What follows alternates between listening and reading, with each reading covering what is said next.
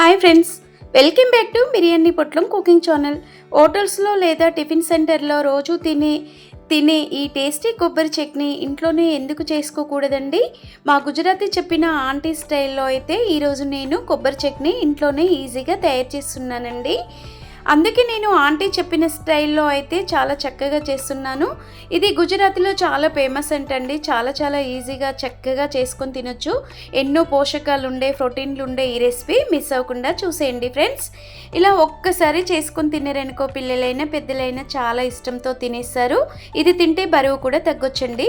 అప్పటికప్పుడు కొట్టిన ఈ పచ్చి కొబ్బరిని చూడండి, ఈ విధంగా చక్కగా నార తీసేసుకొని ఈ విధంగా కొట్టేసుకోవాలండి. మనకి ఫ్రెష్ కొబ్బరి ఇంట్లో మిగిలిపోయింది అయినా సరే, కొబ్బరి చట్నీ తినాలనిపించినా సరే, ఈ విధంగా మనము కొబ్బరిని అప్పటికప్పుడు కొట్టు పెట్టినా, లేదా దేవుడి కోసం గుడిలో కొట్టినా, ఇంట్లో కొట్టుకున్నాను, లేదా మన అవసరానికి పట్టి కొట్టుకున్న కొబ్బరి మిగిలిపోయిందా అయితే ఒక్కసారి ఈ విధంగా చేసేసుకోండి. ఇలా నేనైతే ఒక కొబ్బరి చట్నీ కోసం ఈ విధంగా కొట్టేసుకొని చక్కగా ఇలా తీసేసుకొని కావలసిన సైజులో ముక్కలు కట్ చేసుకోవాలండి.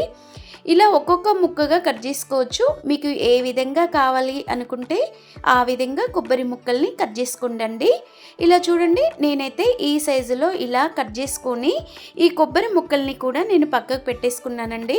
మరో సైడ్ స్టవ్ వెలిగించుకొని ఒక కడాయి పెట్టుకొని 2 స్పూన్ల ఆయిల్ వేసుకోవాలండి. ఈ రెసిపీ పెద్దగా ఆయిల్ అనేది అక్కర్లేదండి. కొంచెం గోరువెచ్చ అయిన ఆయిల్లోని మనము శనగపప్పు ఒక 1 స్పూను 1.5 స్పూన్ వేసుకోవాలండి. శనగపప్పు అనేది 1.5 స్పూన్ శనగపప్పు వేసుకుంటే రుచి అనేది భలేగా ఉంటుందండి. 10 నుండి 15 వరకు వెల్లుల్లి రిబ్బలు పొట్టు తీసుకొని చక్కగా కాస్త శనగపప్పు, వెల్లుల్లి రిబ్బలు ఒకేసారి ఈ విధంగా వేపేసుకోవాలండి. ఇలా చూడండి, కాస్త ఇవి ఫ్రై అయిపోయాక ఒక ఖాళీ ప్లేటు తీసుకొని మనము దాంట్లో పక్కకు పెట్టుకోవాలండి. నేనైతే ఎండుమిర్చి 2 వేసుకున్నానండి. మీరు కావాలి అనుకుంటే వెండి కొబ్బరితోనైనా సపరేట్గా చేసుకోవచ్చు, లేదంటే పచ్చిమిర్చితోనైనా చేసుకోవచ్చండి. ఇలా మనము 2 ఎండుమిర్చి కాస్త వేగిన తర్వాత 2 రెబ్బల కరివేపాకు నీట్గా కడిగి పెట్టింది ఇలా వేసుకొని అది కాస్త ఫ్రై అయిపోయాక మనము చూడండి 10 నుండి 15 వరకు పచ్చిమిర్చి అయితే వేసుకున్నానండి.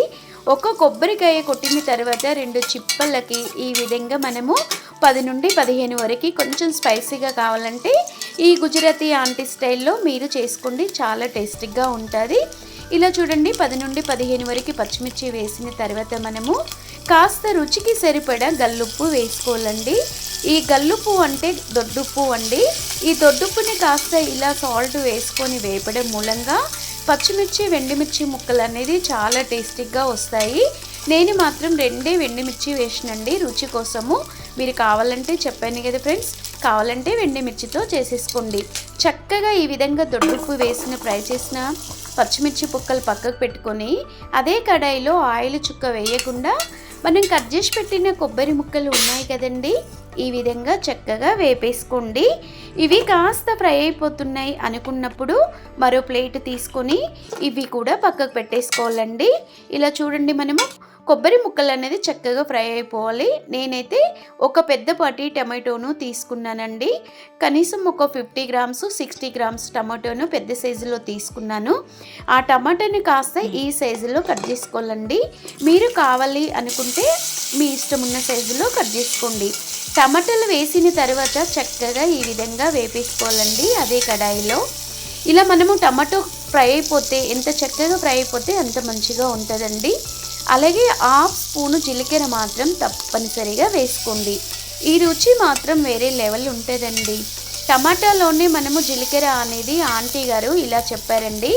వాళ్ళ గుజరాతీ స్టైల్లో వాళ్ళ ఫేమస్ అయిన ఈ కొబ్బరి చట్నీ మిస్ అవ్వకుండా చూస్తున్నారు కదండి. చూసే ముందు మన ఛానల్ని ఒక్కసారి ఫ్రెండ్స్ సబ్స్క్రైబ్ చేసుకోండి. టమాటా కాస్త ఫ్రై అయిపోయాక పక్కకు పెట్టేసుకోవాలండి. ఇలా చూడండి, ఖాళీ జారు తీసుకొని పచ్చిమిర్చి ముక్కలు, ఎండుమిర్చి ముక్కలు, శనగపప్పుతో పాటు ఇదే విధంగా మనము ఎండు కొబ్బరి ముక్కలు పచ్చి కొబ్బరి ముక్కల్ని ఈ విధంగా వేసేసుకోవాలండి. ఇలా చూడండి, చక్కగా నేను టమాటో ఫ్రై అయిపోయింది కూడా వేసుకొని చిటికెడంత పసుపు కూడా వేసుకొని చక్కగా దీంట్లో మనము మూత పెట్టేసుకొని ఖాళీ జారులో వేసిన మిశ్రయాన్ని చక్కగా ఈ విధంగా పేస్ట్ చేసుకోవాలండి. ఇది కాస్త పచ్చి కొబ్బరి అనేది మనకి చక్కగా గరుకులుగా చేసుకొని పక్కకు పెట్టుకోవాలి. మరో కడాయి తీసుకొని స్టవ్ వెలిగించుకొని మరొక 1½ స్పూన్ ఆయిల్ అయితే వేసేసుకోండి. ఎక్కువ ఆయిల్ కూడా అవసరం లేదండి. నేను మాత్రం 4 వెల్లుల్లి రిబ్బలు కొంచెం దంచి వేసుకోండి. టేస్ట్ ఆ ఫ్లేవర్తోనే చాలా భలే రుచిగా ఉంటుంది, నోటికి కమ్మగా ఉంటుందండి. 2 ఎండుమిర్చి అడ్డంలో చుంచి వేసేసుకోవాలండి.